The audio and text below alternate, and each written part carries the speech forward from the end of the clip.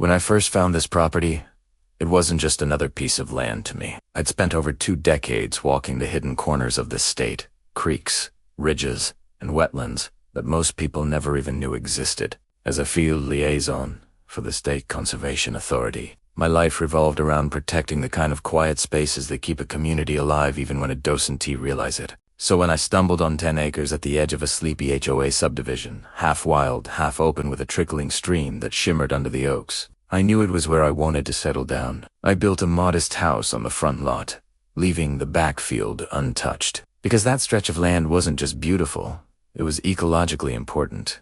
It bordered the North Fork watershed, a state-monitored conservation zone that filtered runoff into the reservoir downstream. At first, I got along with the HOA just fine. They liked that I kept to myself, paid dues on time, and didn't complain about their newsletters or flower bed rules. I attended one meeting, mostly out of politeness, and quickly realized that most of them thought wetland buffer was a type of landscaping mulch. They loved their rules, but they didn't know a thing about land law. That was fine by me. I didn't need to educate them, I just wanted peace. For the first couple of years, I had it. Then one morning in late March, I walked out onto my porch and froze. My view, that endless stretch of tall grass behind the barn, was cut in half by a freshly built fence line. Not just a few posts, an entire run of galvanized fencing that snaked across my property like a wound. Beyond it, a crew of contractors was driving equipment through the stream bed. I shouted for them to stop. The foreman waved me off and said, "We're putting in a community walking trail. HOA orders." "On my property?" I asked. He flipped a clipboard around. "This area is marked as common green space." It wasn't. I knew that land better than anyone. That backfield was listed in my deed as non-subdivision acreage, meaning it was outside the HOA's boundary, and part of the state conservation overlay I personally managed. But instead of arguing, I took photos. I documented everything: post holes, tire ruts, torn up soil, and the PVC pipe they'd split open from my irrigation system. By sundown, they had installed a sign: "Future HOA Nature Trail, members only." I called the HOA president, Richard Carrollson, that evening. He answered in his usual patronizing tone. "You must be mistaken," he said. "That area has always been part of the HOA's greenbelt." I asked for proof. He said he'd have the documents ready soon. The next day, I received a letter accusing me of interfering with HOA development. They threatened fines if I tampered with improvements.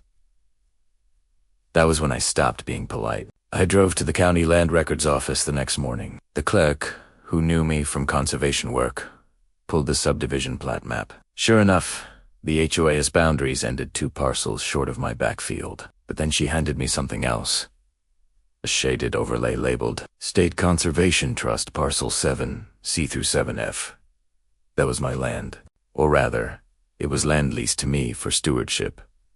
Under the State Conservation Authority, part of a floodplain restoration project I'd helped design years ago. The HOA hadn't just trespassed, they'd illegally built on protected state property. I spent the weekend assembling a report, photos, parcel maps, coordinates, and environmental impact notes. Monday morning, I logged into the State Conservation Enforcement portal and submitted a formal incident complaint citing unauthorized construction within a protected buffer zone. I knew what would happen next, but I didn't tell anyone. I wanted to see how far the HOA would dig their own hole. Wheaton, Havik, they'd scheduled a ribbon-cutting ceremony for their new nature trail.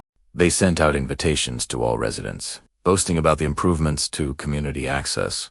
I didn't attend, but 3 men in state-issued jackets did. They arrived during setup, flashing badges that read Office of Environmental Compliance. They asked to see permits for the trail construction. The HOA secretary fumbled through a binder and came up empty. The next morning, a formal cease and desist order arrived by certified mail, addressed to the HOA board. The state cited 3 violations: unauthorized construction on state-managed land, alteration of riparian buffer zones, disruption of protected watershed flow. They were fined $25,000 per day of ongoing disturbance and ordered to dismantle the fence immediately under state supervision. The notice also required the HOA to restore the damaged land to its natural condition at their own expense. You could feel the panic ripple through the neighborhood. Suddenly, the HOA newsletter went silent. Karo-san called an emergency board meeting.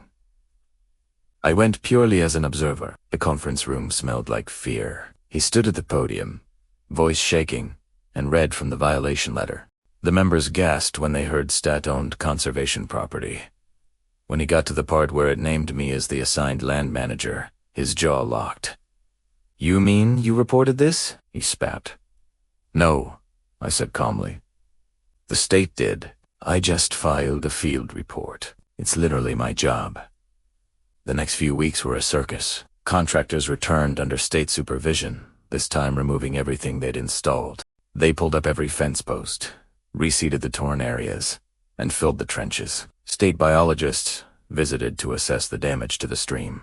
The HOA ended up paying not only the restoration costs, but also a six-figure settlement for administrative violations. When it was over, the state installed a permanent boundary marker at the fence line, a thick steel sign reading, "State Conservation Trust property, managed access only, under surveillance." They even added my agency's insignia. The HOA's trail project vanished from their meeting notes, as if it never existed. Karo-san quietly resigned 2 months later, citing personal stress.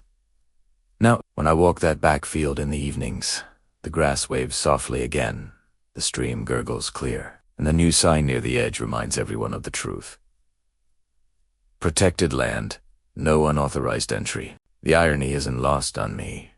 The HOA tried to fence me out of land they didn't own, and now they're legally barred from setting a single foot on it. What they thought was common ground turned out to belong to the state, managed by the one homeowner they shouldn't have messed with. Sometimes, revenge isn't loud. It's a letter on official letterhead, embossed with a state seal, delivered to the people who thought they were above it. And in the end, justice didn't just restore my field. It reminded everyone in that neighborhood that knowledge and patience are the sharpest tools a homeowner can have.